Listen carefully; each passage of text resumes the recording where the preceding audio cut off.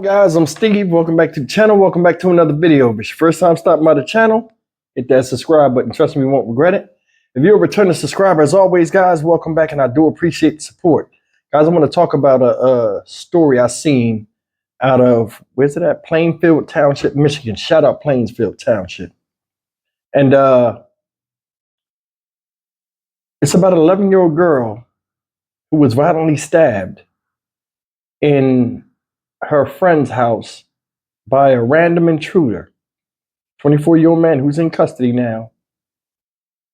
And this guy broke in the house, and luckily the homeowner caught this guy and held him at gunpoint by the police got there.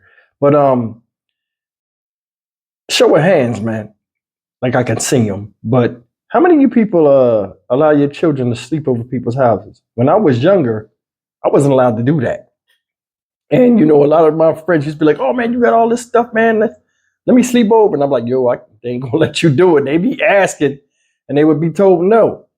Only until I got older, I asked my grandparents, I'm like, why did y'all not do that? They said, well, you know, when, you know, we know you want to have fun as a child, and, you know, you don't want to stop playing during the day, and you want to have your friends sleep over and stuff. The reason why we don't do that is because the safety of that child, we're responsible for. And, you know, they didn't want that responsibility. Anything can happen at any given time. I never understood that till I got older and had my own kids and wouldn't let them sleep over nobody else's house. Because nobody take care of your own kids like you do. Now, I mean, granted, if it's relatives or something, I mean, understand. But I mean, sometimes things can go crazy and go haywire, and it's not even anybody's fault, such is the case of this video right here. I want you guys to take a look at how horrific this is, and man, it could have really ended badly. Take a look. An 11-year-old girl is recovering tonight after investigators say a stranger broke into a home in Plainfield Township early this morning and stabbed her multiple times. News 8's Elena Cugino walks us through what happened and how her friend's dad helped deputies catch the attacker. A quiet night turned into a nightmare behind the gates of this community in Rockford. It's tragic, terrible. An 11-year-old girl and her friend were asleep on the second story of a home on Ella Terrace Court near Jericho Avenue early Saturday morning. That's when the Kent County Sheriff's Office say a 24-year-old man went into the house and stabbed her. Her friend's dad called 911 after hearing noises around 3 in the morning. He then confronted the man and held him at gunpoint until deputies got there. Definitely thankful for the homeowner to be able to defend himself and his family and put a monster like this in custody.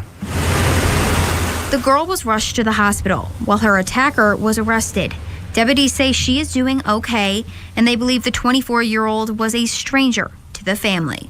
Right now, we believe this is a completely random act, and there's no connection to the residents or the family whatsoever. And that's obviously one of those case facts that's concerning to us. Well, I'm a father. This is a parent's worst nightmare, to have your kids hurt in your home where you feel that they're safe and that you've done everything to do to make them safe. So, you know, my heart sunk immediately thinking about what this is going to do to the family and how the family was affected. Will deputies continue to investigate? Neighbors are coming together to help support. And they're nice people, and we just pray that she's going to be okay. The 24-year-old is expected to be arraigned Monday. The sheriff's office asks anyone with information to reach out to them or silent observer.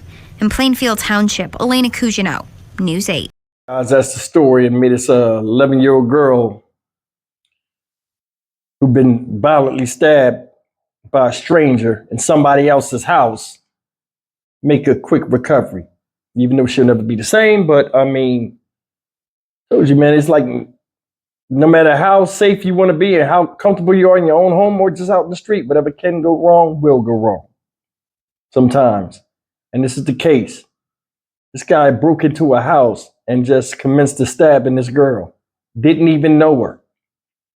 People have absolutely lost their sense of just sanity, period, in the world. Now, it's a good thing this man came in there and held this guy at gunpoint. My opinion, and I mean, respect goes out to this guy, he had incredible reserve, because I would have blasted my man. I mean, just to come in there and cut the lights on, all a bunch of screaming and stuff, your daughter, and then this, her friend who's over there at a sleepover. This happened Friday night, by the way, in the wee hours of the morning. getting stabbed up by some crazy dude, man. Just seeing that is something that, I mean, sometimes you pause and have to process things. I can only imagine what he went through, especially having to tell the parents that he was in this position where for a short period, he couldn't ensure that their daughter was safe. Just to look another man in the face or another family in the face and say, I'm sorry from something that's not of your own doing. It's a hell of a bad feeling. Now, thank God they caught this guy. We'll never know the motives of this. Most likely, this is one of those stories that it comes and then it goes. They caught the guy, end the story. We'll never know. But I mean, man, there are people out here that have bad intentions in mind. And they would go to any length to show you that. Here it is, a man broke into somebody's house while they were sleeping and decided to attack a child by stabbing her. That's a brutal crime. I don't know if you guys ever seen it, man. It's brutal. Whole bunch of hysteria. People said they was nice neighbors.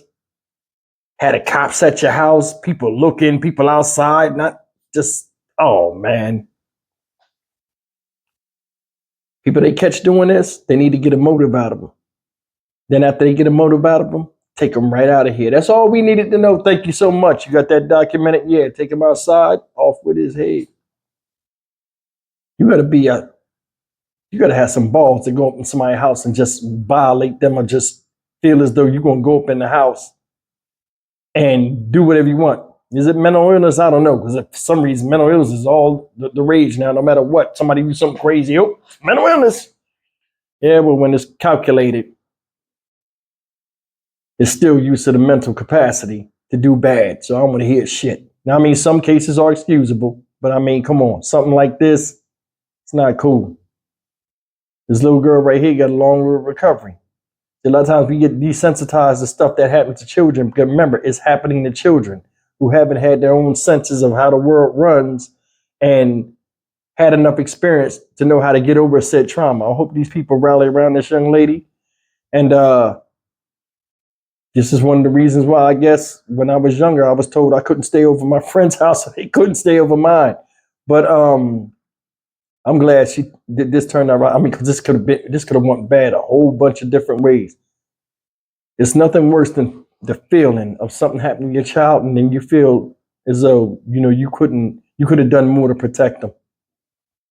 It's even worse when the child's not yours and you're entrusted in their safety. I'm Stock Market Steve for the Dynamic Reason channel. As always, like, comment, share, and subscribe.